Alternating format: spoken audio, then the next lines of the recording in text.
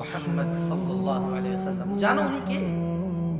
মুহাম্মদ সাল্লাল্লাহু আলাইহি ওয়াসাল্লামকে তোমার সাথে একটু পরিচয় করিয়ে দিই না, আমার মতো করে না, রবের মতো করে। কার মতো করে? তুমি বলবে জিন্দা, কেউ বলবে মুর্দা, কেউ বলবে উপস্থিত, কেউ বলবে অনুপস্থিত, কেউ বলবে নূর, কেউ বলবে মাটি, কেউ চেয়ার খালি রাখবে, কেউ পরিপূর্ণ রাখবে। না, তোমার মতো আর আমার মতো করে না। মুস্তাফা সাল্লাল্লাহু আলাইহি ওয়াসাল্লামকে রবের মতো করে তোমাকে একটু বুঝাই। দেখো তো পুরো পৃথিবীতে আর মানুষ 10 লক্ষ মানুষ মিলে র্যালি করবে, 10,000 কোটি টাকার স্টেজ করে ঈদে মিলাদুন নবী পালন করবে।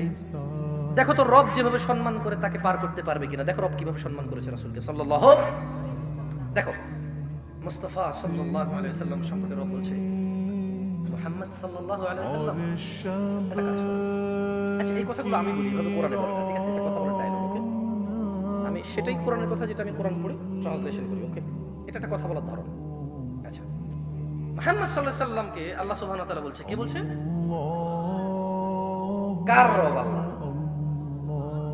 কার রব? সবার, যিনি প্রতিপালন করে সবকিছুকে, যিনি পালন। লা ইলাহা ইল্লাল্লাহ।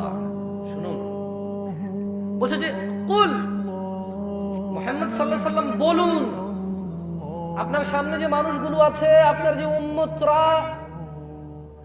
এদেরকে বলুন ইন কুনতুম তুহিব্বুনাল্লাহ, এ মানুষ শোনো, মহিলা এবং পুরুষ শোনো, তুমি কি তোমার রবকে ভালোবাসো? আমরা কি ভালোবাসি? ভালোবাসি? তাহলে শুনুন কিভাবে ভালোবাসতে হবে।